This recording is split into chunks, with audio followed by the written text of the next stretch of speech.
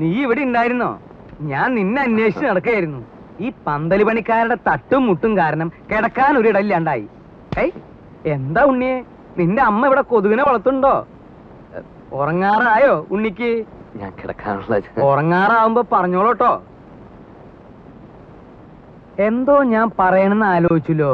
ആ, നീ വന്ന വിവരം ഞാൻ എങ്ങനെ അറിഞ്ഞു എന്ന്, അതൊരു വലിയ കഥയാ. നീ നമ്മുടെ കിഴക്കേടത്തെ കാർത്തേനിയമ്മയുടെ മകൻ ഗോപാലൻ അറിയോ? മനസ്സിലായി, കാലിന് കുറച്ച് സുഖമില്ലാത്ത. അത് ഭാസ്കരൻ. അവന്റെ കഥ ഞാൻ വേറെ പറയാം.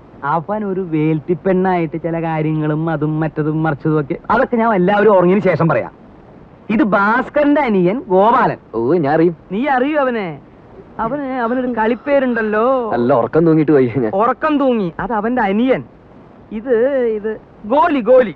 അവൻ ഇങ്ങനെ ഉരുണ്ടാണല്ലോ നടക്കണേ. ഈ ഗോപാലൻ അവന്റെ അളിയനെ ദുബായിക്ക് പ്ലെയിൻ കയറ്റാൻ തിരുവനന്തപുരത്ത് പോയി.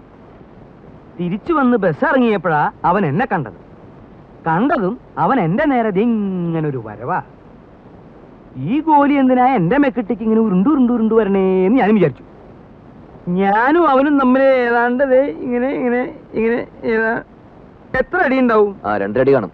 അല്ല, 3 അടിയുണ്ട്. ചുച്ചിട്ട പോലെ അവിടെ നിന്നു. ഇവന്റെ നിൽപ്പ് കണ്ടപ്പോ ഞാനൊന്ന് അന്താളിച്ചു. എന്താ ഗോപാല ഉണ്ടായേന്ന് ഞാൻ ചോദിച്ചു. അപ്പൊ അവൻ പറയാ, തിരുവനന്തപുരത്ത് വെച്ച് അവന്റെ അളിയനെ ദുബായിക്ക് വണ്ടി കയറ്റാൻ ചെന്നപ്പോ എയർപോർട്ടിൽ വെച്ച് ഉണ്ണി വന്നു എന്ന് അറിഞ്ഞുത്രേ. അങ്ങനെയാ നീ വന്നു എന്ന് ഞാൻ അറിഞ്ഞത്. എനിക്കൊരു പ്ലാനൊക്കെ ഉണ്ട്.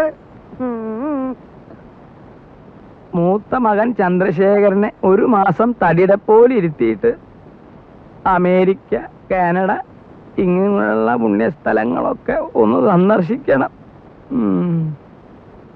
അടുത്ത് കിടന്നിടൂ അമ്മാവാ.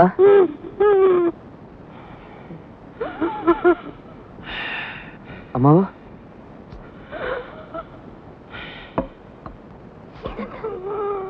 ഷീറ്റോടെ വലിച്ചെടുത്ത് കാട്ടിലേക്ക് കളയും ഞാൻ. ഈ വീട്ടിലൊരു സ്വസ്ഥതയില്ല.